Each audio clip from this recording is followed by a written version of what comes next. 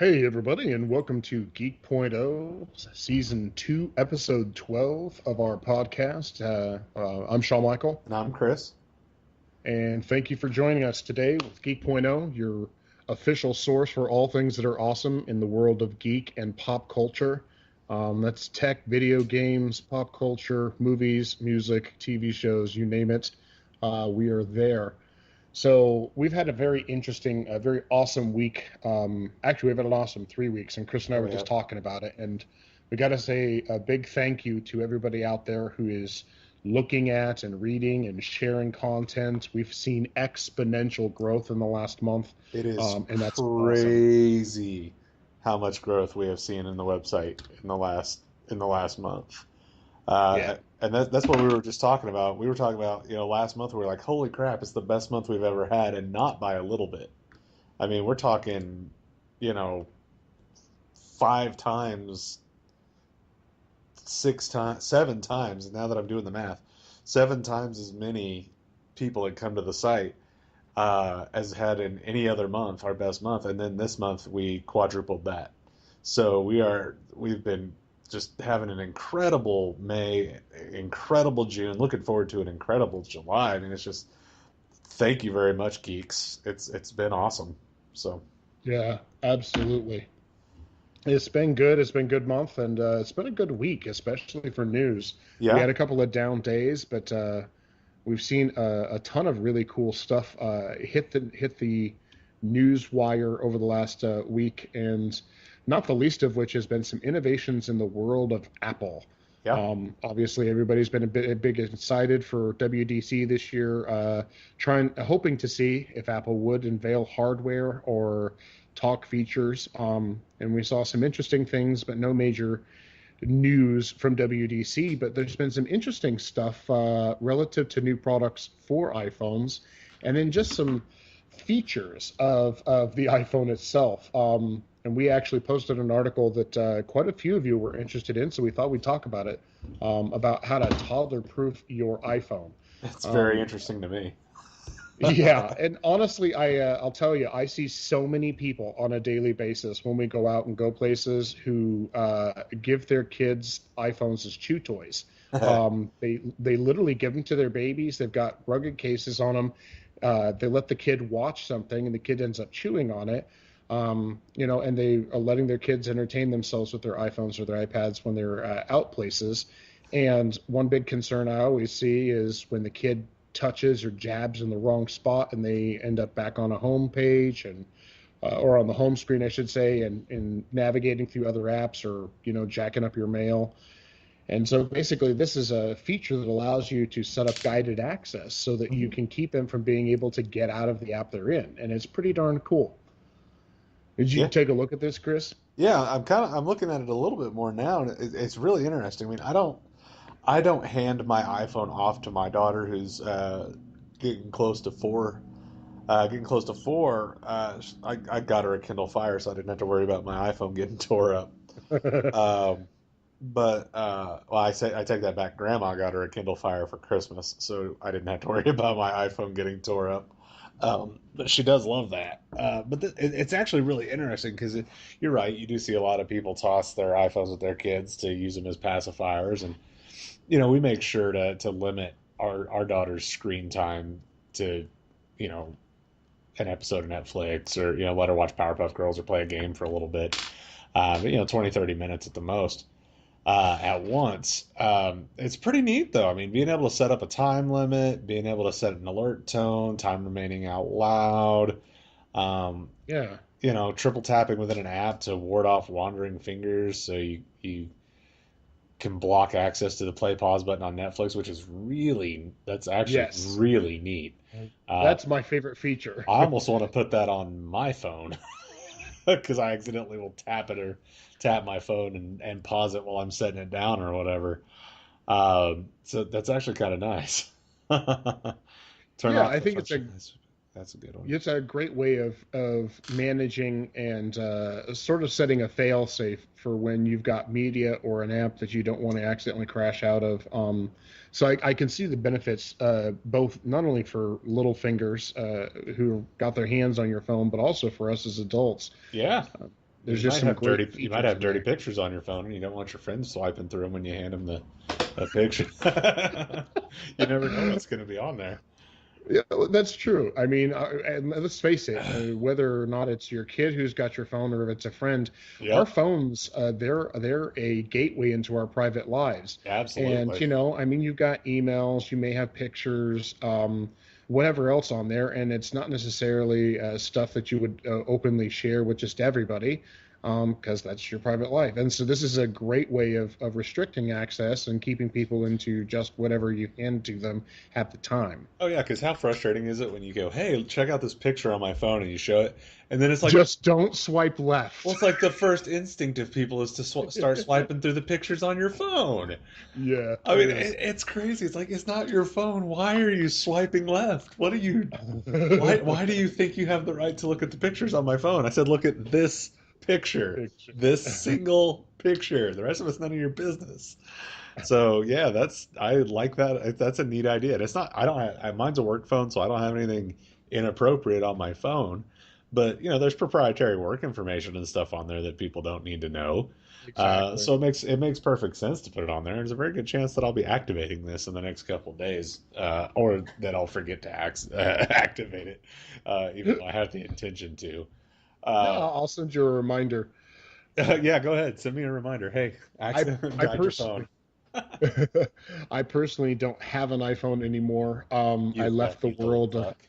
iDevices behind about 4 years ago, 4 or 5 years ago. But I think this is a great tool. I think that a lot of people, obviously, people have found it very interesting and useful because this post has blown up since we put it up. So if you haven't read it or taken the time to check it out, I think you should definitely go take a look at it. There's some Yeah. complete instructions in the post on how to activate the feature so that you can feel the freedom to be able to give your Yep. kid or friend an iPhone and not have to worry that they'll be get out of or accidentally close. I know one thing I would like to see is if there was a feature like this on Android, because a number of times I have used my phone to show customers bids on the phone where I've worked up a bid or something Oh like yeah. that that's in a PDF. I'll hand it to them, and then in the process of handing to it, they'll accidentally hit the home button, and now it's Uh-huh. out of that, and I've got to go back into it. So Yeah. being able to do this with my Android would be very handy. So uh, that's a note, Google. We would like a feature like this. Well, on that same So token, it'd be nice if on my iPhone I could look at PDFs and find them. So that's true. there's a note there, Apple. If we're gonna make a two-way street here. Yeah, Uh, because all things being equal. yeah. So, And uh, speaking of pictures on your phone, yeah, um, yeah, so you spotted in the wild this new iExpand case out there, yeah. and you had first told me about it and posted up the post, and it was very interesting to see. And you immediately started running through some of the features, and you decided to buy one. I Yeah, take it. yeah. SanDisk made it. Makes it. Okay. It's called the SanDisk iExpand memory case. It comes in 32, 64, and 128 gigabyte varieties. Um, each of which is much more reasonably priced than the than it would be for extra storage on an iPhone. To go from 16 gig to 64 gig on an iPhone, you're talking an extra $100. To get an extra 32 gigs with this iExpand case, you're talking, 59.99. It's a neat idea. Um, the other thing that this case is going to be providing that it hasn't provided yet, the thing that the case has not provided yet is that there's going to be an expandable battery pack for it as well. That's going to be a 1900 milliamp hour battery to double the iPhone's battery life, which is Would nice. be But nice. that's going to be another $39.99 on top of the $59.99 cheapest case. Uh, so it comes in four colors: teal, blue, red, and gray. And it's a good looking case. It kind of honestly it reminded me a little bit of the bat suit in Batman v Superman because it had this kind of carbon fiber weave look to it. It was a good looking case, and it fit nice on the phone and all that. Um, So I was happy when I got it. It even showed up a day early from Amazon, but then I used it. Ah, And let me get this out of the way. This was me being more hopeful than anything else. In reading the description of the case accurately describes what it does. It will store pictures, it will store videos, it will store music, it will store files. The problem is it will not store music from any third-party apps, your Spotify's, your Pandora's, whatever. It will not store apps. It will not store apps, and that was the biggest reason I bought it.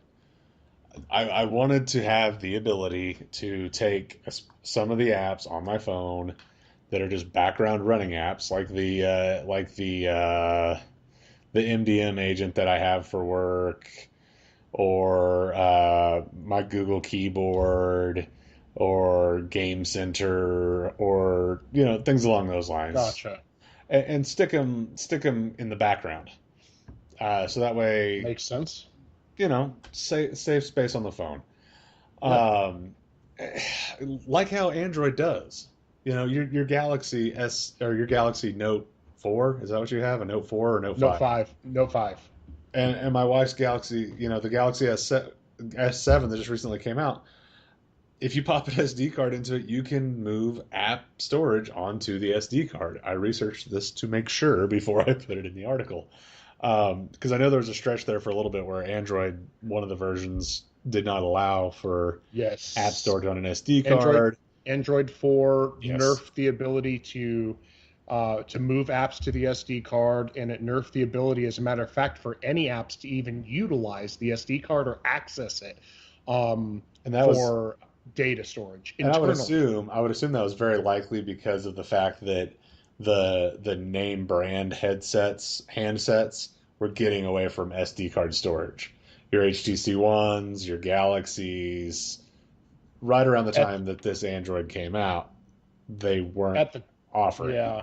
At the time, what had happened was there was a large explosion of malware on Android-based phones, and a lot of it was coming through a API that was written into the system that allowed access to programs to be able to run from the SD card. So malware would load itself onto the SD card and run it. So Google said, we're not going to play that. We're going to create a unified environment with restricted access, and they locked it down. Well, fans who've had the ability to do so since Android's inception almost lost their minds. Oh, yeah. So they retooled the process, and obviously with Android Marshmallow, they changed that. And now we have the ability to store apps on the SD card again. Yeah, and that's great. And that's I would love to have that ability, because I have a 16 gig iPhone, and I have less than a gig of space on it, and I don't have a ridiculous number of apps. I mean, I have standard stuff. I have a password manager. I have Dropbox. I have Nest for my thermostat. Probably could delete that, but I use it. Facebook, Twitter. I have a couple games on there. For the most part, I don't have anything insane. But it is highway robbery. What eats up a ton of space on my phone is all the bullcrap Apple apps, that are like iBooks and Apple Watch and Game Center and Find iPhone's fine, and Apple Tips and Stocks. I mean, it's just all the bloatware that Apple and Find Friends and all that crap that I don't need on my iPhone that I could probably clear a gig of space if I didn't have to have on my phone. But so my whole thing, the whole reason I bought the iXpand was to try and have actual additional storage on my phone. And I wasn't able to do that. I moved 217 pictures and 4 photos on my phone, and then I had like a gig and a half available instead of less than a gig. So I mean, it made almost no difference whatsoever. So I sent it back today. The other problem I ran into, which made me very unhappy, was it took longer to charge the phone. Oh yeah. And you and I were talking about that. I know a lot of that has to do with the fact that there was probably a voltage issue with the conversion from micro USB to Lightning. Because they do, and I will say this: when you put this case on your phone, it eliminates the Lightning port and moves it up to Yeah. the side for micro USB. Um, and I And never, micro USB and Lightning are both they both have a very similar characteristic, which is that all of those cables are not created alike. So you can buy a cheap Lightning cable that doesn't charge properly or at good speed. Same thing with micro USB. If it's uh, not rated at 2 amp or higher, it's not. You know what I mean? well, here So then you're leaving your users at their I did the mercy. comparison with the stock iPhone cable and the cable that came with the case, and it went from Oh, 2 hours to charge to 2 hours and 40 minutes to charge. that's even more embarrassing that the cable they provided still provided slower charging times than Yes. the Yeah, stock I Lightning. didn't just go grab some random micro USB case out of a drawer in my house. I used the case that came with the phone. And I know 40 minutes doesn't sound like a lot, but 25 to Uh, 30% is a bunch. That's a yes, it is. that's a big old jump. And there were times that I noticed that I would have it plugged in and I'd be messing with it, and the power from the phone could not, like the charging power of the case could not keep up with the phone. So it'd stay at like 84% Oh, while I so it's was draining even it as it's was plugged draining in. while I was using it because of it's so and you had to connect to the case to use it. So, for the too long didn't read, for the too long didn't read version of all this, it did provide additional storage for media at a decent price. It was $60. It looks good. It fits well. When the battery pack comes out, yeah, it'd be nice to have, but here again, $40. You can just go buy a battery expansion case for that. Yeah. Um, it doesn't provide app storage. Oh, here's another thing. It requires an app to work with the phone for auto backup of pictures and videos and files and whatnot. So that app takes up space on your phone. So it literally gives you less space on your Oh, phone to use it. So, uh, SanDisk, it was a great idea. It was a great theory, but it oh my solved God. a problem that didn't need to be solved. Media storage is not a problem that I have. I can go to Dropbox or iCloud or OneDrive or Google Drive, whatever. There's plenty of cloud-based options out there that I can download to my phone and sync my media to. It's having additional space for apps that people need. So it looks good, provides good protection. It's not worth it. It honestly isn't worth the $60. The only thing I could see it being worth was the grouch I had just a minute ago with not being able to access files. Because there is the ability to store files on it because it's basically just a thumb drive inside of a case. So you can access files. So okay, there is that. You can access files through the phone app. But outside of that, I mean, unfortunately, it didn't live up to what I was hoping it was going to do. So, Man, that's unfortunate. c'est la vie. Good idea, SanDisk, but refine it a little bit. And who knows, maybe SanDisk will release a second generation version that's a little more functional. I think, Yeah. and you did make mention of this in the in your article or your review, I should say, that a lot of several of your gripes as far as accessibility of Yeah, yeah, yeah. what it does or what it has access to is obviously most likely a restriction of Apple and the Yeah, iOS platform for security. And absolutely. so it does Absolutely. limit SanDisk's Yeah. ability to make those features available. But it is an important thing to make mention of because we've talked about this before millions of times, Yeah. and we've seen it. Other sites talk about it, and that's that it's highway robbery that anyone is still selling 16 gigabyte phones. Um, Well, it's really only so basically one person at this point that does it for expandable storage with their 16 gig phone. So, yeah, and yeah, it is absolute. Now I have read a number of things that say that iOS 10 has a new process, a new system in it that will allow for uninstalling of the stock apps from I Apple. read that too, and that'd be awesome. So that means that it would be able to free up about a number of, some space in iOS 10 on a 16 gig phone, but I still don't know that answers enough, It especially doesn't. seeing as how apps themselves are getting bigger and bigger. And so, like you mentioned, you're carrying core components on your phone, basic social media stuff and Yep. business apps. It's not like you're loading down with, 3 or 4 different VPN softwares and No, no, no, no. movies and music and everything else. You're just Well, trying to get by with just bare minimum, there's and it's stuff that still I'd prefer to have. Like I'd rather have Yahoo's weather app because it's a gorgeous weather app, but yes, it is. I use the stock Apple weather app even though it sucks to save space. Yeah, I'd rather have Google Chrome, but I use Safari to save space. yeah. Things along. I'd rather use a different calendar. I'd rather use a. I mean, I don't like any of Apple's stock apps to be quite honest with you, and I'd rather use different versions, but I can't Right. because I don't have the And that space. goes back to a thing that you and I have talked about before. For me, why I hate Apple phones, Hmm. because I love Apple as a company. I think they're incredibly innovative. They do a Yep. bunch of great stuff. I think they're masters at taking technologies that already exist and actually making them useful, and appealing to the mass market. Um, But one of my biggest concerns is if I pay money for a product, I want to use it the way I want. And so, if I buy parts for a computer, I want to build them out the way I want to. And in most cases, in most areas of life, very few companies dictate how you're allowed to use the product you buy. Apple, on the other hand, through the way they've designed their economy and the way they Yep. design their products, basically tell you, okay, you buy this phone, but essentially you're just kind of renting permission to use it. This is exactly how you're Hmm. allowed to. Pretty There's so much. many limitations to what you do. And I can't stand the idea of not being able to install the app that I prefer for my weather and keeping track of my data and my file management and things like that. So I hate the idea that having an iPhone means I'm locked into using Apple's core apps for all of these functions. Yeah. So, grr, Yeah. when Yeah. it comes to that. Gur is a good word for it.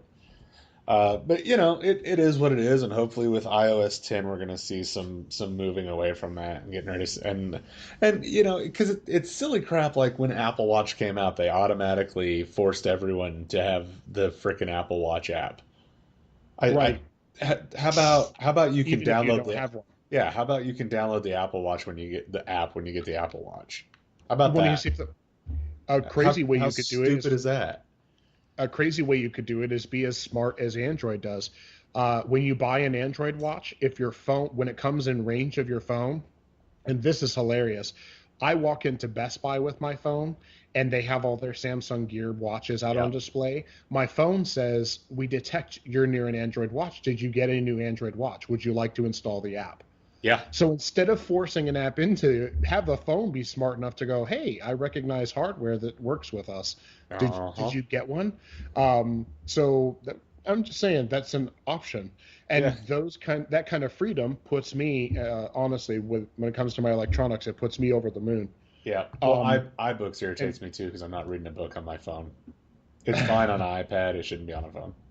yeah. It should at least be optional.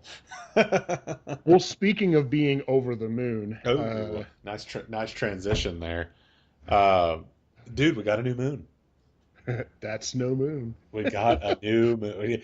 Honestly, when they talked about the size of it, yeah, it's no moon. It's between It's no, 120 feet and 300 feet wide. yeah. I mean, So, but neat.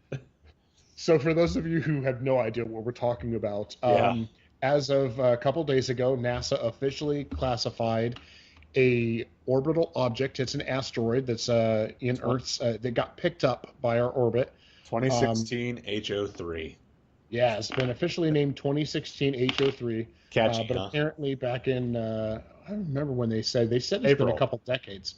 Um, Uh, they no, it they was discovered. It was discovered back in April. Well, they said they discovered it back in April, or they identified it back in April, but they said it's Ah, actually been going for several decades. Um, I'm trying to remember where I read that, but I'll have to double check it. But nonetheless, this asteroid is it's large enough and has enough of a twist to gain an orbital track. And so what happened was it came close enough to the Earth without coming directly at it to get pulled into our gravitational pull. So this new object, this new asteroid, is being pulled in a very elliptical orbit of the Earth. Yep. And which means it's got an apogee and a perigee when it navigates the Earth. So at this time, that just means that it's kind of an egg-shaped orbit. And so the orbit goes around the Earth. It's at 2 points when it orbits the Earth, it's very close. And then the rest of the orbit, it's moving away from the Earth or coming back towards it. It's very cool that we now technically have, and they have classified it as just that, as a moon of Earth. Yeah. Even though it's so tiny, like you mentioned, it's 120 feet. And it's 100 times, and it's 100 times further away than, the moon. Exactly. So it's far away. I mean, it's 9 million miles away.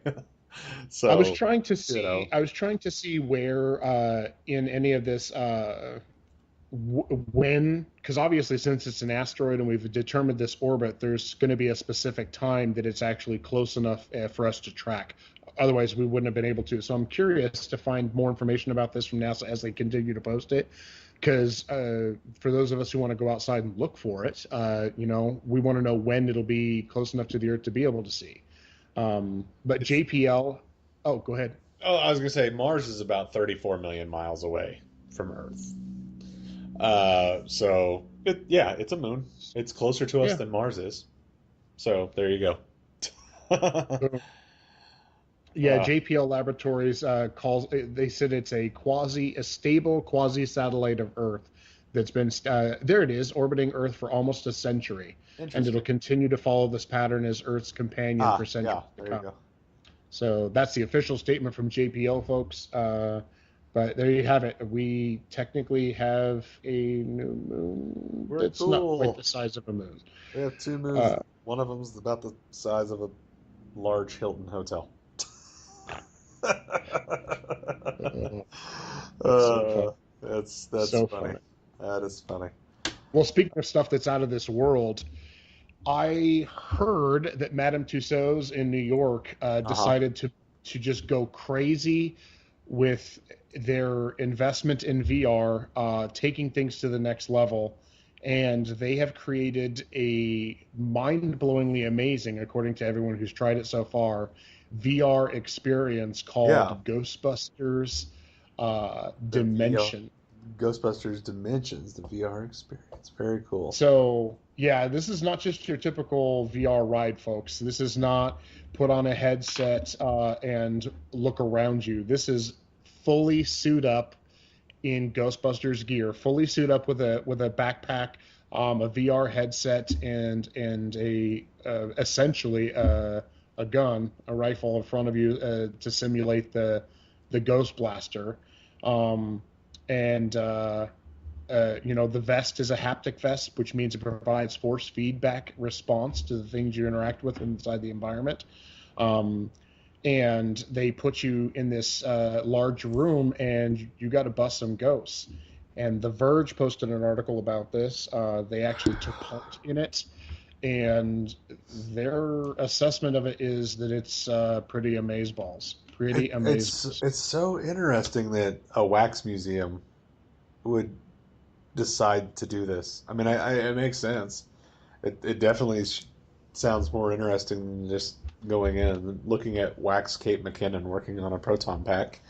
I mean, it's just, I mean, it sounds cool. Super high end VR mapped in. I mean, it's like laser tag on steroids, basically. Yeah.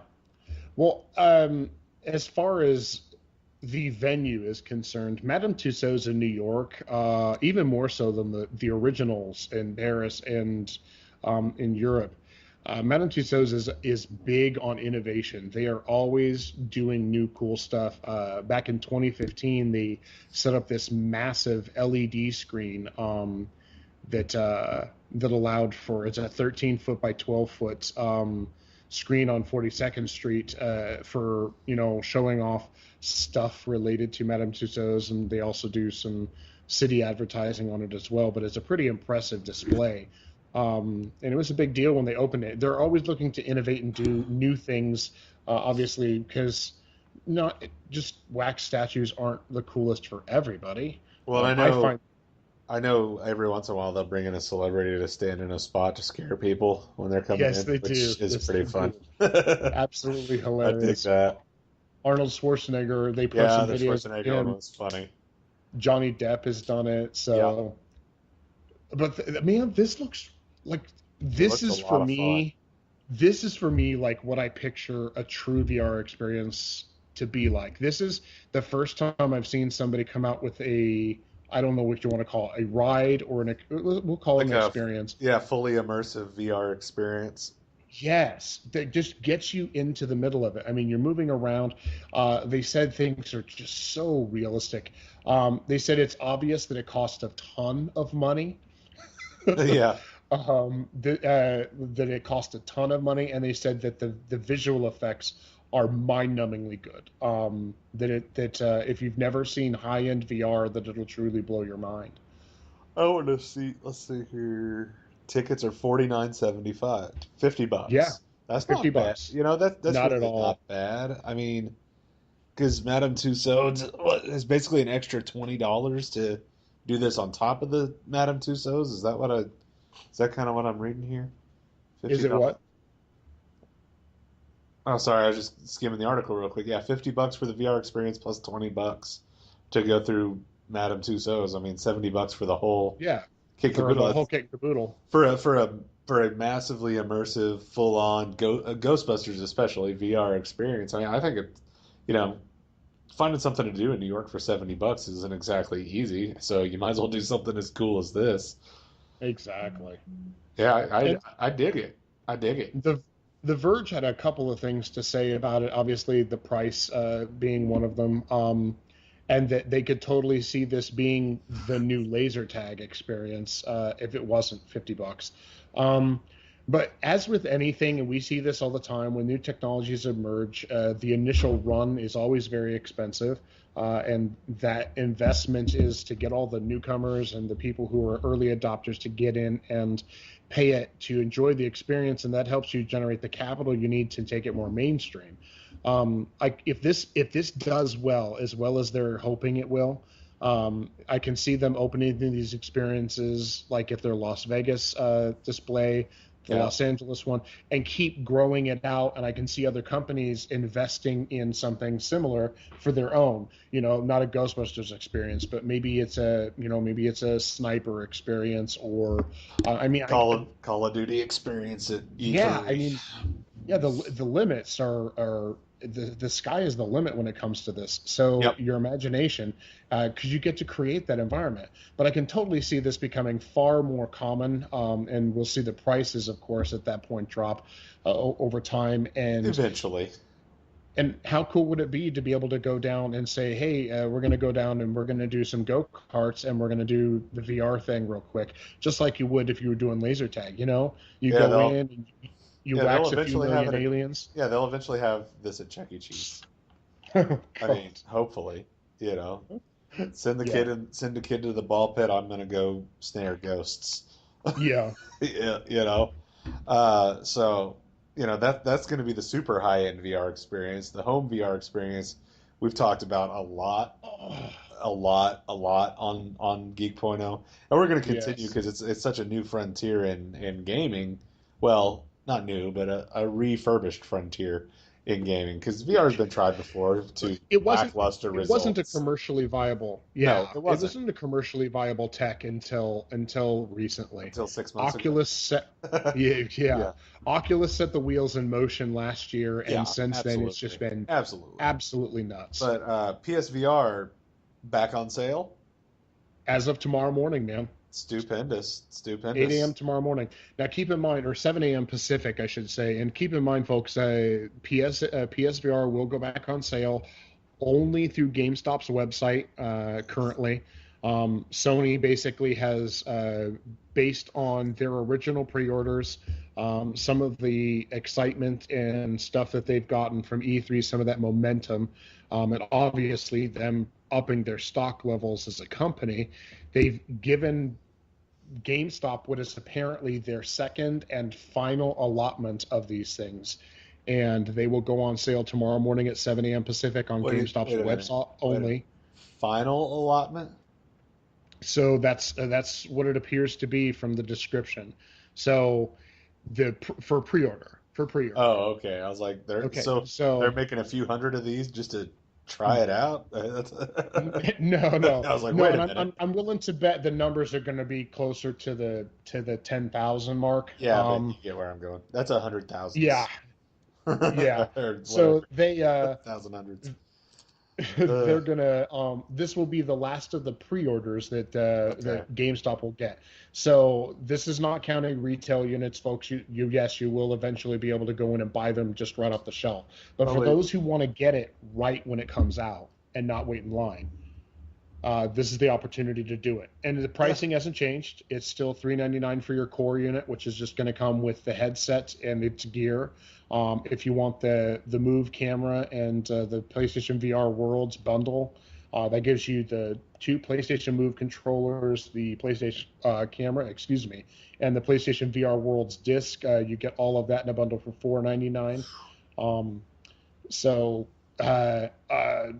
As I mentioned in the article, just heads up, folks, GameStop kind of has a bit of a spotty track record when it comes to online pre-orders, as far as delivering on them. But this isn't just GameStop saying that. This actually didn't even come from GameStop. The announcement came directly from Sony saying, hey, everybody, we are giving GameStop a butt ton of PlayStation VR units for pre-order for tomorrow morning. I guess I don't understand that. I mean, because you're doing an online pre-order, correct? Why would they not just sell them through Sony.com? Because they're going to sell them either way. They'd end up putting more money in their pocket. They wouldn't have to worry about GameStop screwing it up because it's GameStop and they're going to screw it up. So, I mean, I guess I just don't get it.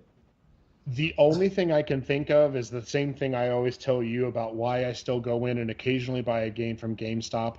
GameStop is the last bastion of true...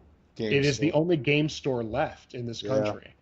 And so everyone else has been driven out of market. You've got your big box retailers. By GameStop.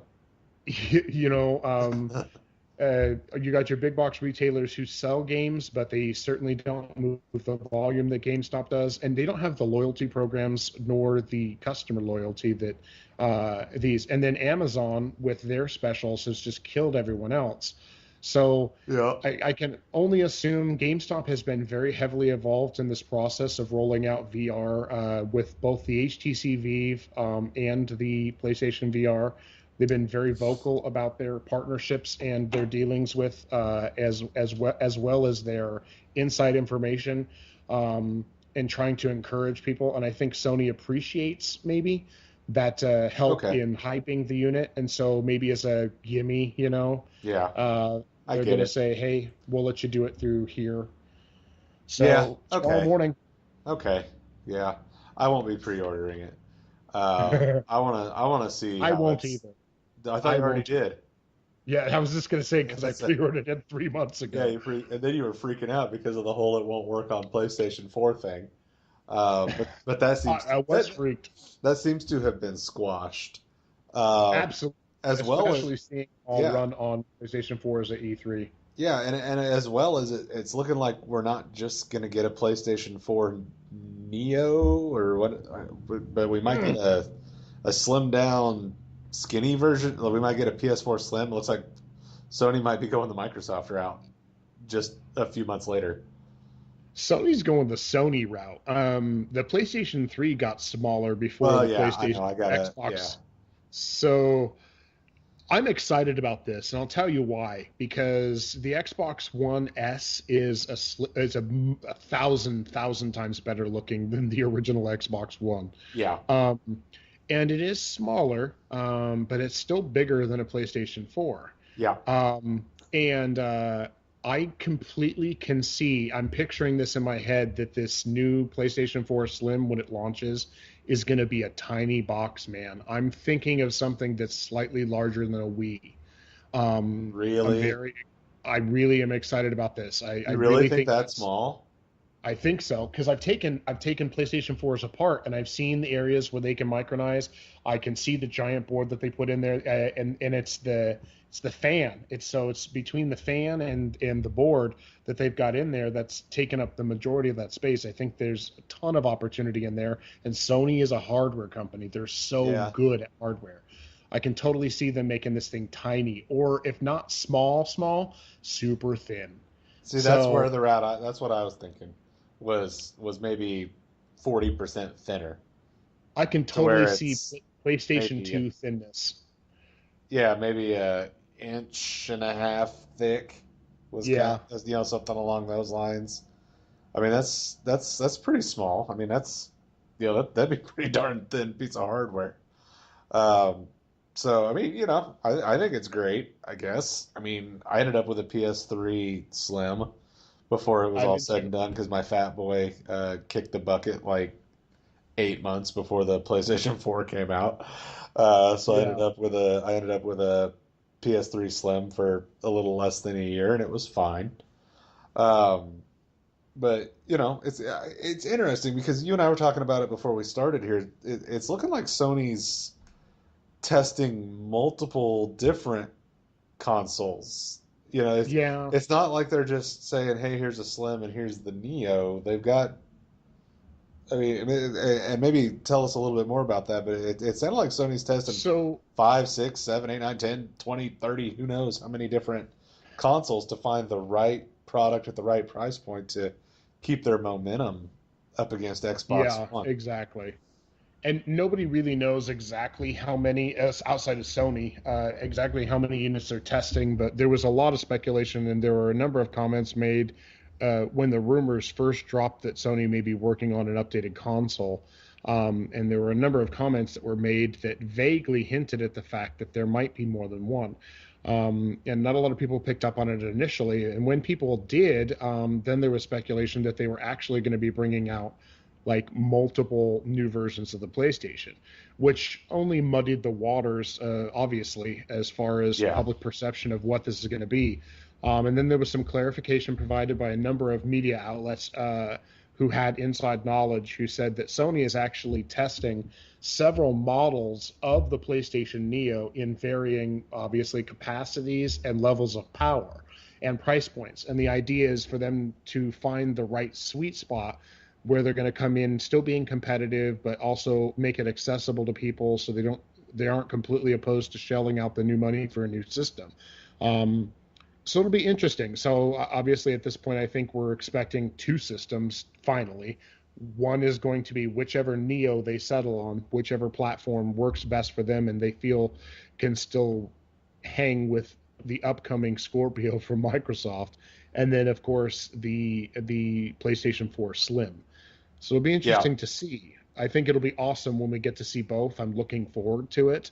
Um, because Microsoft obviously beat them to it. Sony just barely acknowledged, the existence of the Neo before E3, and then Microsoft dropped a bomb The with the Scorpio. announcement of the Yeah. Scorpio. And they didn't just announce the Scorpio, but they put developers who have it in their hands on screen talking about Yeah. how amazing and powerful it is. And so that means that they're well underway with this. So Sony's got their work cut out for them. It's gonna be interesting to see. We'll Yeah, I watch and agree. see. Yeah, I think so. I would assume we're probably going to see on the Slim 4K upscaling and HDR, the same stuff you're seeing on the Xbox One S. I'd be shocked if they Yeah, didn't come correct in spec for spec with Xbox. Um, and PlayStation 4 already has a better frame rate than Xbox One, so if they can get it to upscale to 4K some, they'll be fine there. The Neo, who knows, dude? But I'm sure they're going to do everything in their power to make it 10% more powerful than Xbox One Scorpio at 10% less money. I mean, they're they're gonna do everything they can to make it more console for less money. They want to keep their momentum going, and this is their opportunity to do so. Absolutely. They've seen what Xbox is basically going to roll out with, and so they have the opportunity to do like they did last time. Xbox One, yeah, hey, this is what Xbox One's going to be, blah, blah, blah, blah, blah. People are like, eh. I mean, there's definitely better reception to the Scorpio, probably, and then PlayStation 4 came out and everybody's faces melted. So I'm assuming that that is what PlayStation wants to happen with the Neo, is that the Scorpio gets fully announced and they go, okay, that's great. Now here's ours, and then everybody's face melts again, like they just opened the Ark of the Covenant. Well, we know that possibility is really strong because I think it was Polygon hit the nail on the head. They exposed the HDR functionality on the Xbox One S last week as running in HDR10 mode.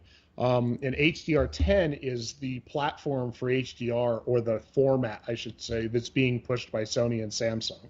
So that's what Sony and Samsung have in all their TVs. Now, Dolby Vision is the other HDR format. So we have a little bit of a format war going on here. Again. And Dolby Vision's on certain TVs, including, I do believe, some of Vizio and LG's sets. Yeah. So it'll be interesting to see. One thing we do know, where the standards are, let's just leave the debate between the two out of the picture. If Microsoft is going to be using Sony's standard, that means PlayStation's already got a leg up in that, because they're the ones that developed the standard with Samsung for this format. So it should be much easier, and that should be, like you said, almost a guarantee that we're going to see that support right there with the Slim and the Neo. Yeah. But, whether PS4 Slim comes out or when, Xbox One Slim comes out here in a little bit, either way, you're going to have the opportunity to play Final Fantasy 15 on it. Yes. And ladies and gents, we're going to give a copy away. How great is that? On July 31st, we are going to give a copy away of Final Fantasy 15. How do I win it? Geek.0, you may be asking yourself. You come to Geek.0.com and take the hardest Final Fantasy VII trivia quiz you'll ever take to win a free copy of Final Fantasy 15. The easiest way to find it is to go to our Facebook page. It's the pinned post at the top. But if you search Final Fantasy on the site, you'll find it as well. We have currently had 1,766 people have taken this quiz, but not that many people have shared their results. So I'm not really sure why people aren't sharing their results, because you have to share your results and share the post to be entered to win. So like, comment, and share on Facebook to be entered to win. Absolutely. And let me make sure that I'm clear. We will be holding the drawing-ish.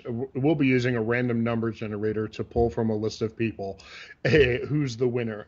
Just to be clear, we will not be physically giving away the copy on July 31st. Yes. The game doesn't launch until August. We will be giving away the pre-order for it.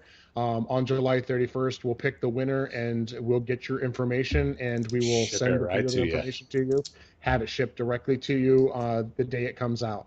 So it's pretty exciting. We have never done a game giveaway before. We decided it was about time. And what better game to do so with than one of the most anticipated games the last few years. I'd love to be doing it with Kingdom Hearts 3, folks. I know, but since Square is breaking my heart, they're never gonna launch it ever. Apparently, Square is breaking my heart with Kingdom Hearts 3. I'm going to give away a copy of Final Fantasy 15 when the PlayStation 7 comes out and they finally launch Kingdom Hearts 3. We'll give that away. Can you tell it's a sore spot? Can you tell it's a sore spot for us all? But get over to the Facebook page, like that post, take the test, let us see how you do on it. I tried to make it as difficult as I could think of, but I'm sure there's fans out there who could even done better. But let us know what you think of it. Get over there, like, share, and get into it. The good thing about that is you didn't make it so difficult that everybody ends up with a 0%. Right? So, you've had a bunch of 100%. That's good. That's good. And I don't think there's a time limit on it. So Nope. I don't know if everybody knows Final Fantasy as well as they say they do, or if they're just Googling the answers, but either way, it doesn't really matter. They're still getting entered to win. Absolutely. Even if you're a cheater. Yep, cheater, cheater, pumpkin eaters. As long as you're sharing the post, you have a chance to win. Yep. So with that, I'd say it's time for us to get on out of here. You want to sign us out, man? Yeah, absolutely, guys. Thanks for joining us. You can check out all of the cool geek and pop culture stuff that we've got available on our website at geek.0.com. That is spelled out geek, POINT0.com. Definitely check us out on Facebook at facebook.com/geek.0, and that's spelled out as well. And then always check out our Twitter at geek.0, spelled out as well. And Instagram, all the social medias. Hey, yeah, And Christmas. I completely forgot we're doing something on Saturday. Oh, yeah. We're doing something for YouTube. We're going to be doing it in conjunction with Flick Freaks. Yes. Our new pal Andrew Ormsby, the captain over at Flick Freaks. Sean, for some reason, decided to buy 21. Is it 21? 24. 24. Sean is awesome. 24 different bottles of very oddly flavored soda or pop Yeah, I will just or give you whatever. a sneak preview, folks, a sneak preview of 4 flavors, and you'll understand what we're doing. Ranch dressing, buffalo wing soda, dirt, and grass. So those are Oh just your God, the ranch examples. one sounds so But gross. So, Chris, so myself, and Andrew are all going to be doing a yeah, blind taste test of these things. yeah. We're going My to put it up wife's on gonna YouTube. give us shots of these things. We're gonna record it. We're gonna put it on YouTube so you guys can laugh your way through us choking to death. So hopefully that'll be up relatively quickly. Yeah, So yeah, very excited about that. We're making friends out in the podcast and YouTube land, and we're expanding the brand. So very absolutely. excited about that. So like Sean said, check us out on all the social medias out there. Check out our website, geek.0.com.